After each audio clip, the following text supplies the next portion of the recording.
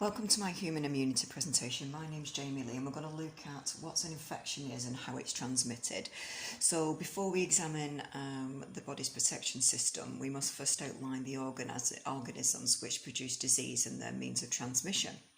So what is an infection? An infection is an attack of the body by microorganisms.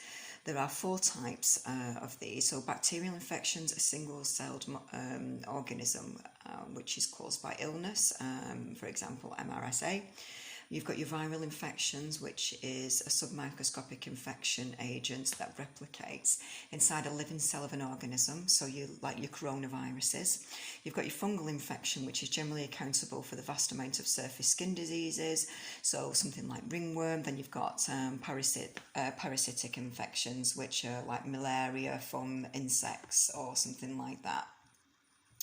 We next move on to transmission. So we've got direct transmission from direct contact from person to person. Indirect, which is airborne or a contaminated object that we touch. Insect bites, which is self-explanatory.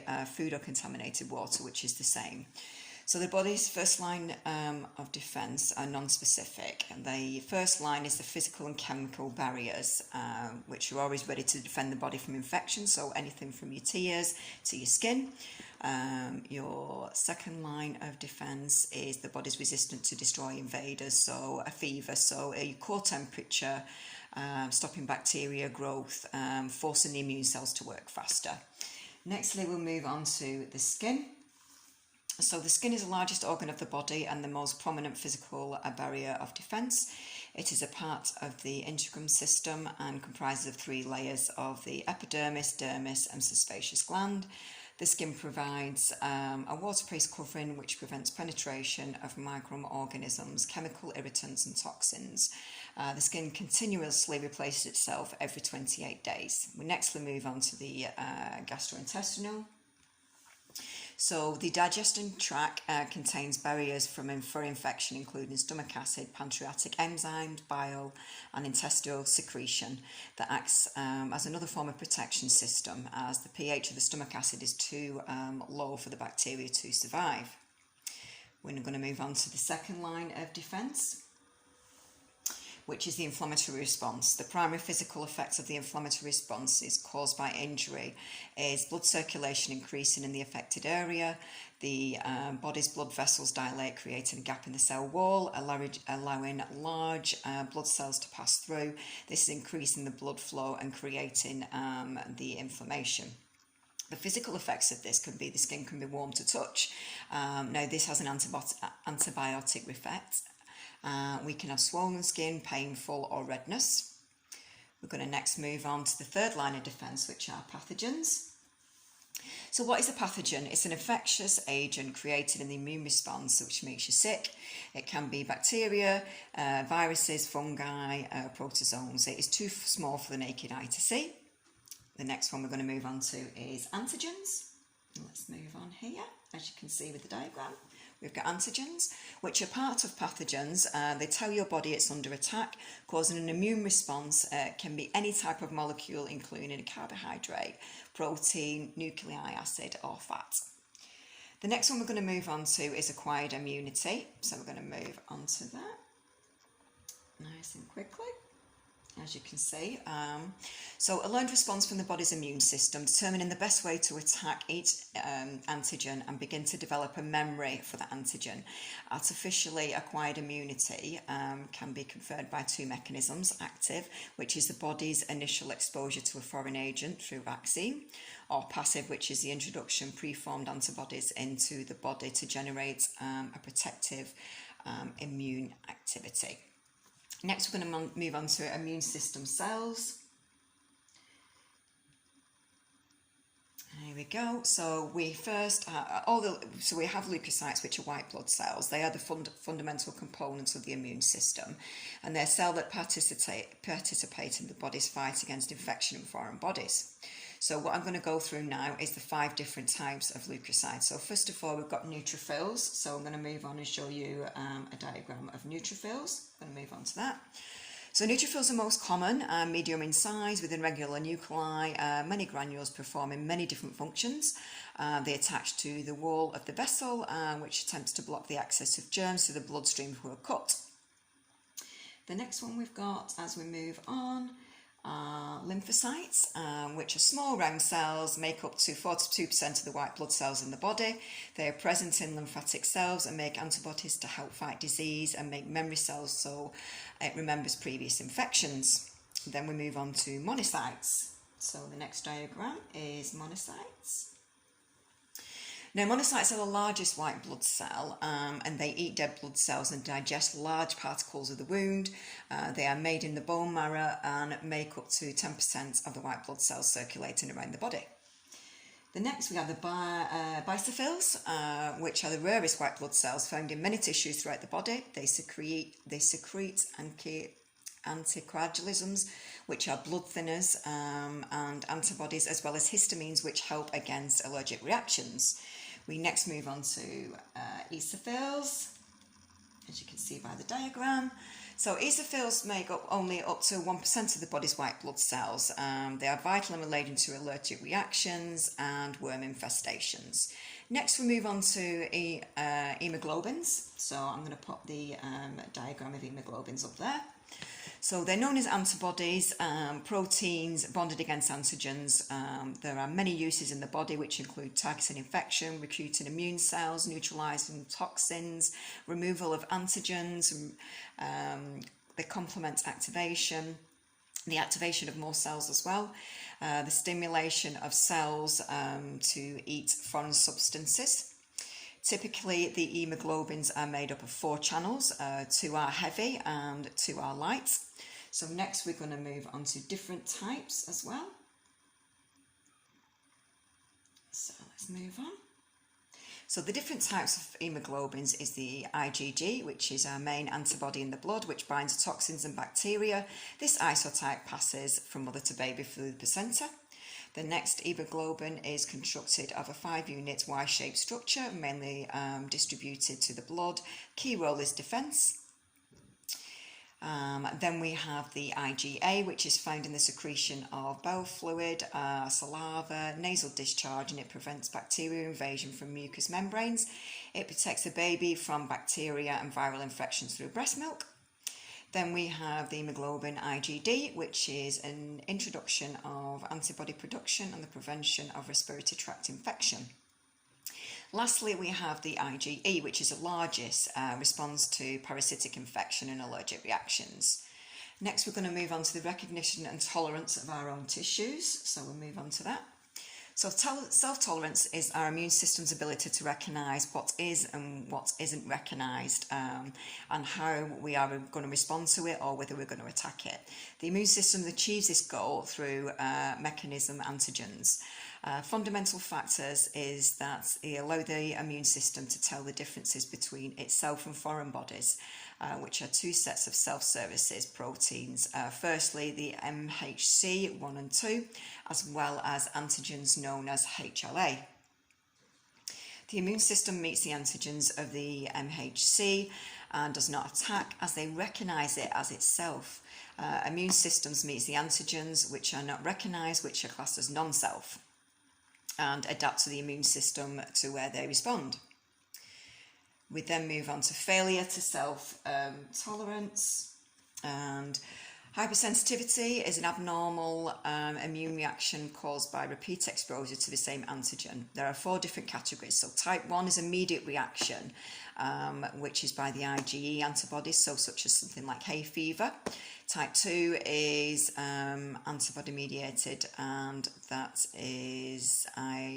can either be mediated by the IgG or the IgM, which are antibodies, and this will be a reaction to drugs. Then we move on to type 3, which is immune complex mediated, and this is an inflammatory response, so something like rheumatoid arthritis. Type 4, the last one, is cell mediation, which is a delayed reaction between cellular response, which will get something in like type 1 diabetes. Next, we're going to move on to transplantation. as you can see by the diagram. So what is transplantation? It is a transfer of cells, tissues or organs from one person to another. This is done to correct the malfunction of an organ system by replacing the damaged organ with a healthy one from one donor to another. Sometimes a transplantation organ are rejected and they are recognised as foreign body to the immune system. The immune system detects the cells of the organ are different as the organ is a non-self. There are 3 types of rejection. There is hyperacute, which happens a few moments after transplant. This needs to be dealt with straight away because it can cause death. You've got acute rejection, which happens weeks or months after the transplant. And then you've got chronic rejection, which can happen years down the line, which is where the organ slowly damages the transplant as transplanted tissue or organ. So we're going to discuss 2 specific immune disorders. So first of all, we're going to move on to multiple sclerosis. Now, this is a potential disabling disease of the brain and spinal cord, which is of course our central nervous system. This is where the immune system attacks the protective sheath that covers the nerve factors, and it causes communication problems between your brain and the rest of your body. Now, there are lots of effects of this, like vision problems, tingling and numbness, pain and spasms, weaknesses and fatigue, balance problems, dizziness, bladder, sexual dysfunctions and cognitive problems.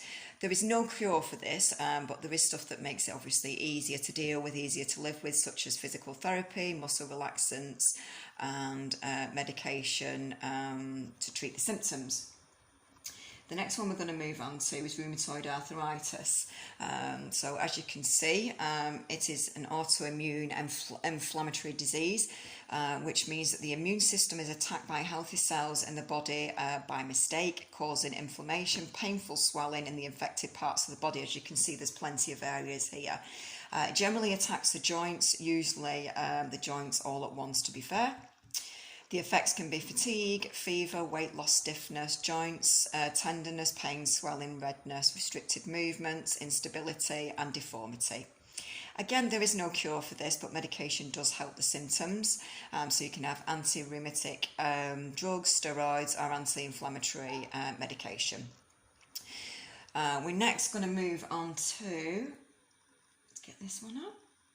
So acquired immunity. So acquired immunity is gained over a lifetime and broken down into active and passive.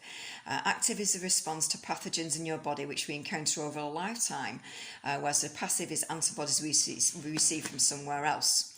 There are 2 methods of acquiring active immunity, naturally and artificially. Naturally, there are antibodies that have been self-developed by the body as a reactant to a disease or infection, whereas looking at artificially, it comes from vaccinations where the body is intentionally exposed to a mild version of the antibodies ahead of time. Then we have passive immunity. Again, this will be broken down into natural and artificial. Natural passive immunity is antibodies received through the placenta or through mother's milk.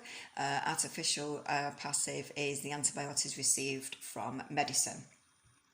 We're then going to move on to the immune response to vaccinations, as we can see on here. So vaccination involves exposing the body to immune systems to a weakened version of the pathogens in the same order to stimulate white blood cells to produce antibodies with the intention of providing immunity against specific pathogens. When encountered by the immune system, these all act as antigens. When it's injected into your body, they stimulate white blood cells to produce antibodies to provide pathogens. This vaccine will contain only a weakened and harmless version of the pathogen, which means the vaccinated person is in no danger of developing this specific disease. Some people do get obviously minor side effects to this. If a person later becomes infected with this pathogen, the required white blood cells are able to reproduce rapidly and destroy it. This is known as immunoglobulin memory. Now, this is the ability of the immune system to respond to a quick pathogen and that it's previously encountered, making it more quicker and efficient than the first encounter. This is a fundamental reason behind vaccinations. So next we move on to the benefits of vaccination, and we can look at next. So immunisation and vaccination helps protect against serious diseases. Viral diseases cannot be cured with antibiotics and can only be controlled by immunisation. The immunisation programmes have helped end some devastating diseases, for example smallpox in 1979, and have reduced child deaths massively, and it has minimised it. Our next slide is going through measles. We're going to show you measles. Measles being the perfect example, Public Health in England estimated 20 million measles cases and 4,500 deaths have been prevented by this vaccination.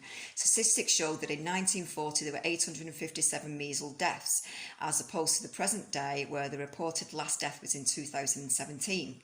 Looking from the global scale at diseases, vaccinations have reduced healthcare savings due to not having to treat these diseases, have reduced the development of antibiotic resistance, extended life expectancy, cancer prevention and economic growth. So next we move on to herd immunity. So we're going to move on to next. Now, herd immunity. To understand herd immunity, we must firstly remember that a contagious disease is one that passes directly from person to person, which is a high percentage of the. So, when a high percentage of the population is vaccinated, it is more difficult for the contagious disease to spread, as there are very few people within the population who could become infected. So a perfect example of this is if someone has measles and surrounded by vaccinated people that are vaccinated against measles, the disease cannot easily be passed on to anyone. As a result, this disappears very quickly. This is known as herd immunity. This is specifically designed to provide a measurement of protection for vulnerable people such as newborn babies, elderly people and those who are too sick to be vaccinated. It is particularly crucial for protecting people who cannot be vaccinated, including children who are too young to be vaccinated, or people with immune system problems or are too ill, like cancer patients who can't come out of the house and have that. There are many NHS vaccination programmes for both children and adults taking place throughout hospital, doctor's surgery and even your local chemist at the moment. There are factors that affect this vaccination upkeep, including seasonal. For example, flu can be extremely serious for certain groups in society. Over 600 people a year can die from the flu. Giving the vaccination to someone who already is ill can make them even worse. And then you've got a scare tactic. So for example, you have in 1998 an article was published claiming that there was a link to the MMR vaccine and autism. This led to a huge decline in parents allowing their child to be vaccinated, causing obviously big issues. Well, thank you very much today for taking the time to listen to my presentation. I am Jamie Lee, and that is the end of my presentation. Thank you very much. Goodbye.